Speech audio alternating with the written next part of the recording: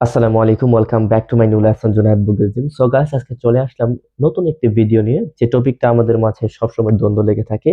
এখানে টপিকটি হচ্ছে ডেরিভেটিভস। ইংরেজির একটা গুরুত্বপূর্ণ একটা টপিক হচ্ছে ডেরিভেটিভস। ডেরিভেটিভসটা না জানার কারণে আমরা ভোকাবুলারি মুখস্থ করতে পারি না, মুখস্থ করতে অনেক ধরনের সমস্যা হয়। যেই পদ্ধতি ব্যবহার করে আমরা সহজভাবে ভোকাবুলারি যেই পদ্ধতি ব্যবহার করে আমরা সহজভাবে ভোকাবুলারিটা শিখতে পারবো। আসলে ডেরিভেটিভস হচ্ছে এক ধরনের প্রক্রিয়া।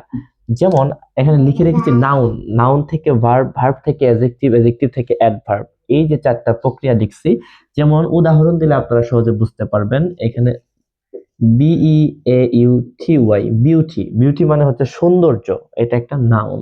আর এইটাকে যদি আমরা ভার্ব করি তাহলে করা যাবে বিউটি FY, বিউটিফাই। আবার যদি এটাকে অ্যাডজেক্টিভ করি তাহলে বিউটিফুল। আবার যদি এটাকে অ্যাডভার্ব করি তাহলে হবে বিউটিফুলি। অ্যাডজেক্টিভের সাথে LY যুক্ত করলেও অ্যাডভার্ব হয়। কিন্তু এই যে নাউন থেকে ভার্ব, ভার্ব থেকে অ্যাডজেক্টিভ, অ্যাডজেক্টিভ থেকে অ্যাডভার্ব, মানে বিউটি থেকে বিউটিফাই, বিউটিফাই থেকে বিউটিফুল, বিউটিফুল থেকে বিউটিফুলি। এই যে প্রক্রিয়ায় যে যদি আমরা ভোকাবুলারি শেখার চেষ্টা করি তাহলে ভোকাবুলারি গুলো আমরা সহজে মনে রাখতে পারবো।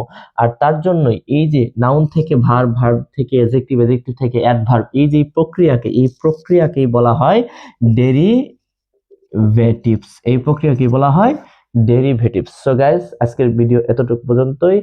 নেক্সট টাইম নতুন ভিডিও নিয়ে আসার চেষ্টা করবো ইনশাআল্লাহ। আসসালামু আলাইকুম।